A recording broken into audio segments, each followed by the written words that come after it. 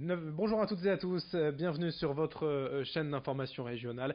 Nous sommes le lundi 4 mars, voici l'actualité régionale, bien évidemment la météo en ce lundi, car le temps sera particulièrement agité toute la journée, partout du littoral à la métropole lilloise, d'importantes perturbations, de fortes averses, parfois de la grêle, quelques coups de tonnerre possibles aussi localement, et puis beaucoup de vent.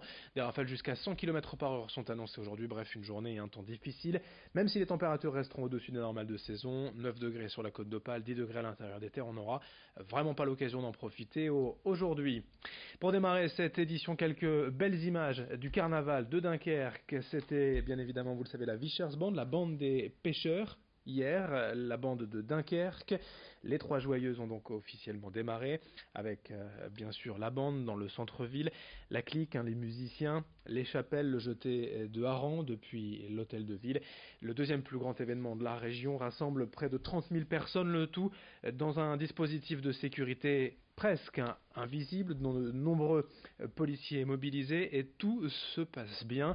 Si bien que d'ailleurs la police reçoit des polices de Guadeloupe, de Chartres, Marseille, Nice ou encore Bordeaux qui viennent prendre exemple sur l'organisation dunkerquoise. Explication avec le directeur de la police municipale au micro de Morgan Reylan. Il y a toujours des risques, c'est sûr, mais les gens de Dunkerque se tiennent correctement. C'est la fête, ils ne vont pas gâcher leur fête nationale ou locale. Non, ça se passe très bien, même s'il y a du chahut, bien évidemment. On a plus l'habitude d'avoir des manifestations plutôt encadrées autrement, parce que ce sont des populations calmes. Mais là, ce sont des populations qui s'amusent. Donc, pas de souci jusque-là. L'actualité régionale, c'est aussi, si vous êtes fumeur, vous l'aurez remarqué, une nouvelle augmentation du prix du tabac, de 50 à 60 centimes d'euros selon les marques depuis ce 1er mars. Le prix moyen d'un paquet est désormais de 8,80 €. Cette augmentation, la 8e depuis 2017, s'inscrit clairement dans la volonté du gouvernement de voir le prix du paquet atteindre 10 € en novembre 2020. Une politique de santé publique assumée, mais difficile à vivre pour les buralistes de la région, frontaliers de la Belgique, où le tabac augmente aussi, mais moins vite. La différence de prix joue en défaveur des commerçants nordistes. Explication avec l'un d'entre eux au micro de Lucille Berthe Constant. Il faut savoir que nous, on est aussi pour la santé publique, on n'est pas contre la santé publique, on est français avant tout et on a aussi des enfants.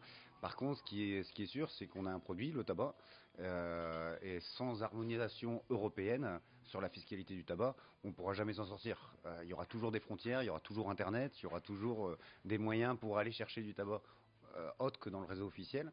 Et donc du coup, forcément, sans harmonisation européenne, ce qu'avait promis le candidat Macron, on n'y arrivera jamais, c'est sûr. Si on parle d'un paquet à 10 €, on pourrait parler d'un paquet à 10 € pour toute l'Europe. Et éventuellement, là déjà, il y aurait beaucoup moins d'impact et on pourrait jouer sur la santé publique. Si vous mettez 10 € que en France, les gens vont aller s'approvisionner ailleurs. C'est logique. Dans l'actualité régionale également, ce projet de poulailler industriel qui fait débat dans le Calaisis à Hofkerk, précisément près d'Audruic, près de 40 000 poulets dans un bâtiment de 2000 m². Ce n'est encore qu'un projet, mais sur place certains n'hésitent pas à s'afficher contre, notamment des élus Europe Écologie Les Verts ou des habitants des alentours. Ils craignent entre autres les odeurs, l'épandage et dénoncent aussi les conditions éthiques d'élevage d'un tel poulailler. Ces opposants au projet ont rencontré le sous-préfet de Calais la semaine dernière. C'est désormais à l'État de donner ou non son autorisation courant du mois. De leur côté, les agriculteurs concernés ne souhaitent pas réagir pour l'instant aux sollicitations des médias. Explication d'un élu d'Europe Écologie Les Verts, donc au micro de Marine Kijek. Il y a cette question éthique du respect des animaux. Comme je le disais, c'est un univers concentrationnaire donc, que l'on dénonce. Et en même temps, ce qu'il faut, c'est la défense environnement, le bien-être, défendre le local, mais avec une production fermière, dans le respect environnemental, des fermiers, etc. C'est là-dessus, il y a une prise de conscience, je pense, dans ce pays, les Français, les consommateurs, beaucoup. Mais donc, raison de plus pour s'opposer à un tel projet. Dans cette édition également, reportage au CREPS de Wattignies, le centre de ressources, d'expertise et de performance sportive. Depuis plus de 50 ans, ce centre d'excellence unique dans la région propose des formations dans plusieurs domaines, des activités physiques et sportives, mais aussi de l'animation socio-culturelle. Ces formations vont de 8 à 18 mois selon la spécialité. Il est également possible d'obtenir une VAE, validation des acquis de l'expérience. Le CREPS de Wattignies fait partie d'un réseau de 17 établissements régionaux de formation placés sous la tutelle du ministère des Sports. Explication quant aux formations possibles au micro de Margot Sey. Alors le CREPS de Wattignies organise cette année 34 formations dans le champ du sport et dans le champ de l'animation, ce qu'on appelle le secteur jeunesse.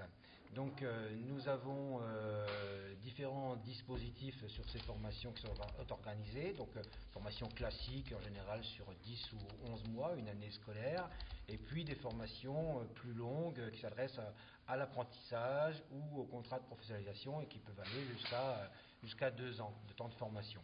Voilà pour les durées. Donc nous accueillons, comme vous l'aurez compris, aussi bien des stagiaires que des apprentis, que des salariés, mais également depuis l'an dernier des Parcoursup, puisque nous avons 45 postes ouverts sur 5 formations différentes pour les Parcoursup. On termine avec ce sujet consacré au vintage, de plus en plus tendance. Ce ne sont pas des vieux vêtements, mais des vêtements de seconde main. Et c'est là toute la différence, des vêtements d'occasion qui n'ont pas toujours eu bonne réputation, mais leur image change et devient fashion.